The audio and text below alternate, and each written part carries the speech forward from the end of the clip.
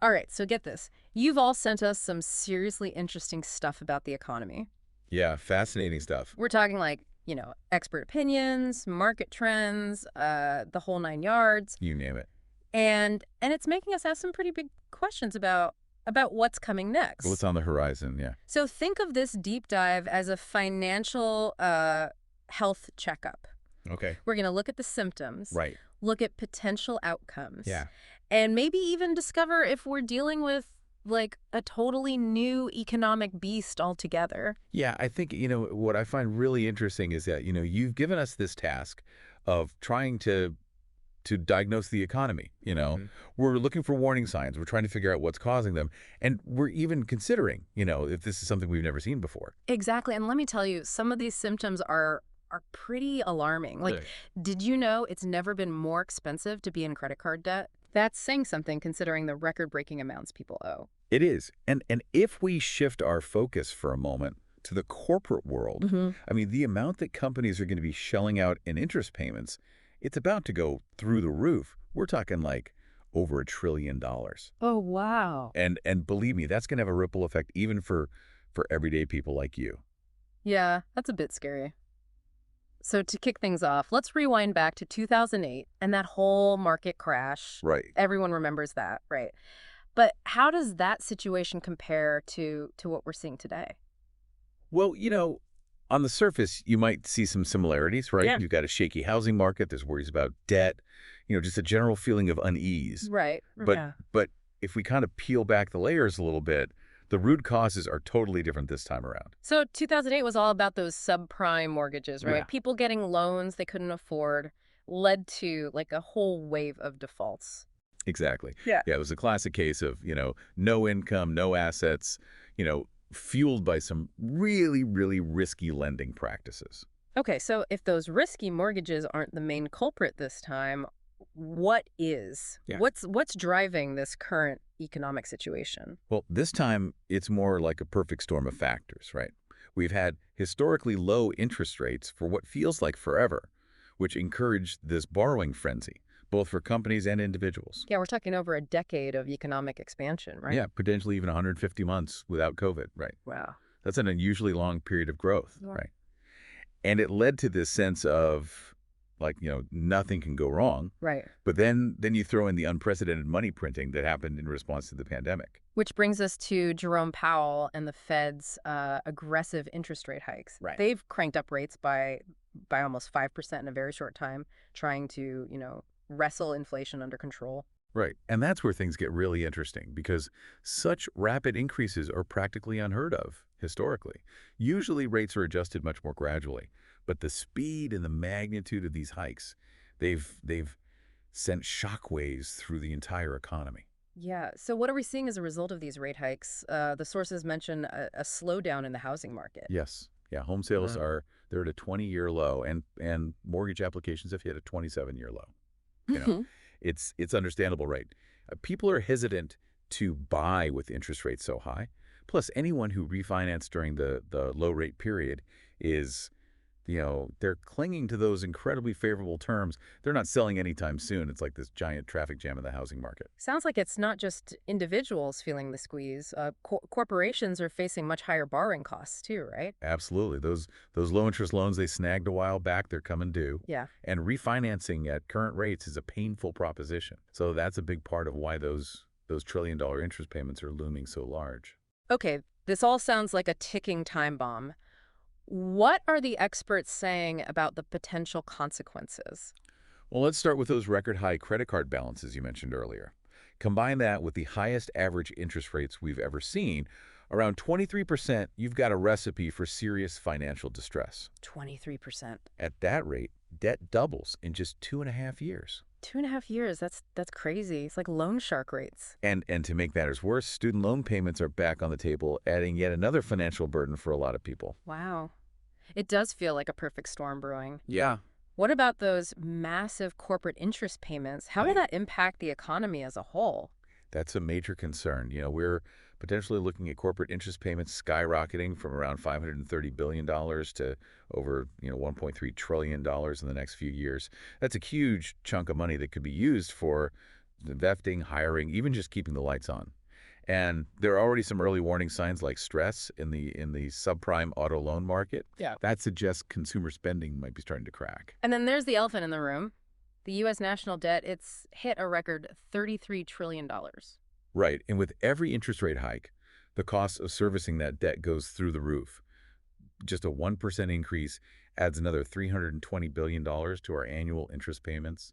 It's a vicious cycle. Okay, I have to admit, all this talk about debt and rising interest rates is making me a little nervous. But the sources also mentioned something even more concerning, something called a reverse market crash. Right. What in the world is that? It's a scenario that some economists are comparing to what happened in Venezuela. Picture this, right?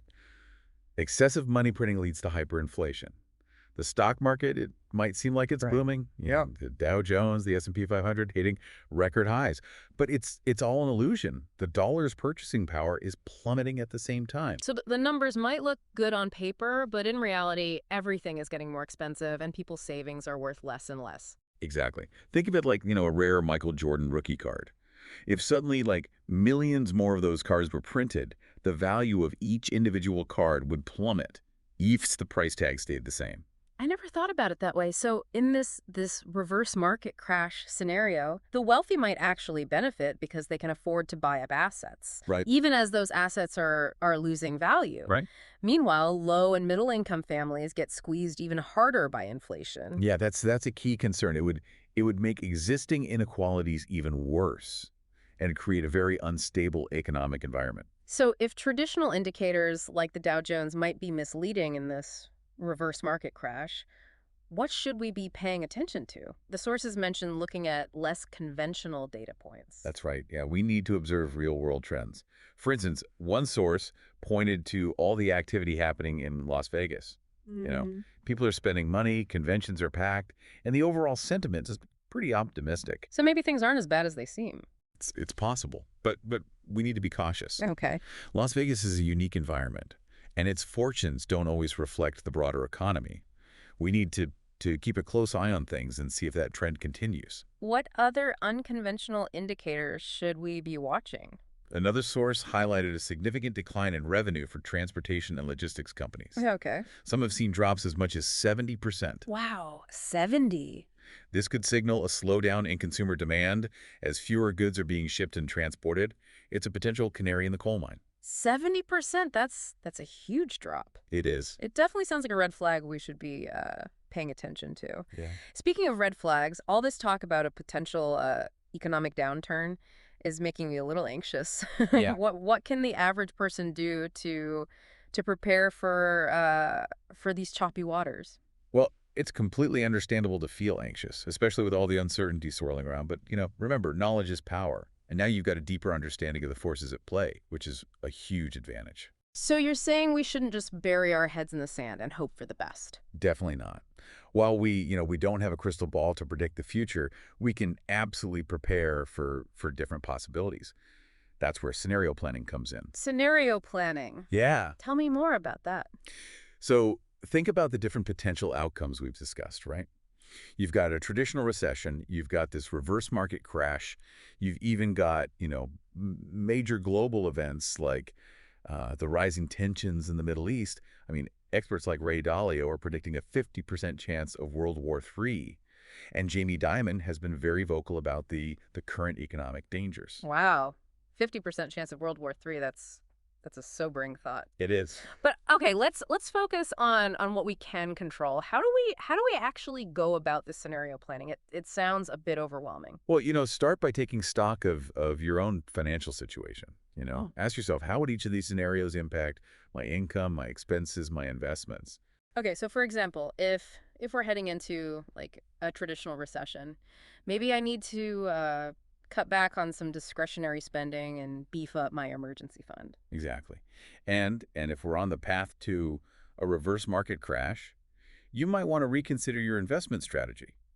Traditional assets like stocks might not be the safest bet if inflation is running rampant. So what, should I start stockpiling gold bars and canned goods like some kind of doomsday prepper?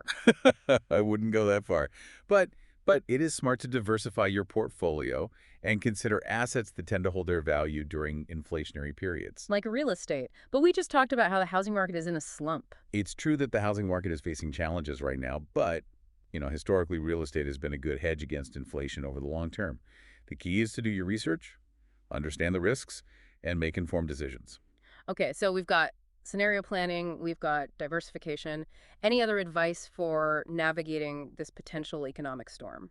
Well, this might sound counterintuitive, but try not to let fear take over.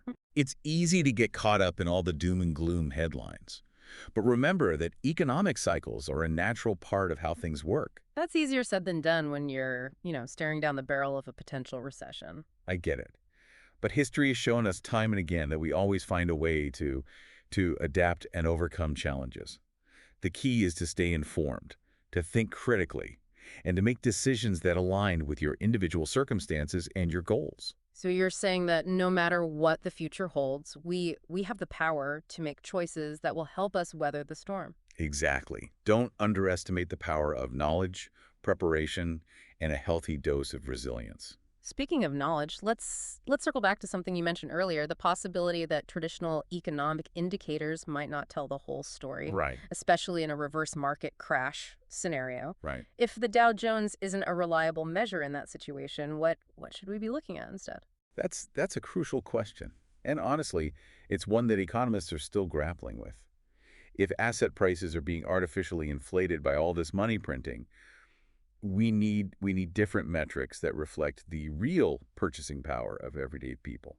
So instead of just focusing on the stock market, we should be paying attention to things like, Well, the cost of essential goods and services, things like food, housing, healthcare, transportation. right. Those are the things that have a direct impact on people's daily lives and truly reflect the health of the economy. That makes a lot of sense. It's not just about how high the stock market climbs, it's about whether people can afford to put food on the table and keep a roof over their heads. Absolutely. We need to look beyond those abstract numbers and focus on the real lived experiences of individuals and families. So, what does that look like in a practical sense? What are some specific metrics that people can, track to get a clearer picture of the economy's health? Well, one key metric is the Consumer Price Index, or CPI. It measures the average change in prices that urban consumers pay for a basket of common goods and services. Huh. So it's a good way to gauge inflation, which can really eat away at people's purchasing power.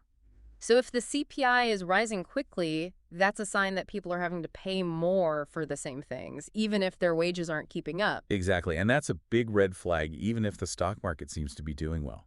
Another important metric to watch is wage growth. Okay. Are wages keeping pace with inflation? If not, people's real incomes are actually shrinking, even if their paychecks stay the same. So we need to be paying attention to both the cost of living and how much people are earning to get the full picture. Precisely.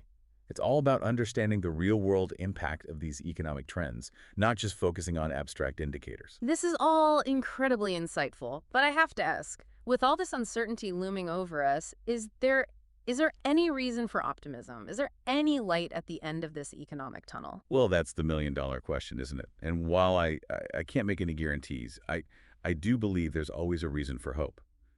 Throughout history, humanity has faced countless challenges, and we've always found ways to innovate, adapt, and overcome. So you're saying we shouldn't just give in to despair and throw in the towel? Absolutely not. This is a time for clear-eyed analysis, strategic planning, and perhaps most importantly, a belief in our collective ability to navigate complex situations. I like that.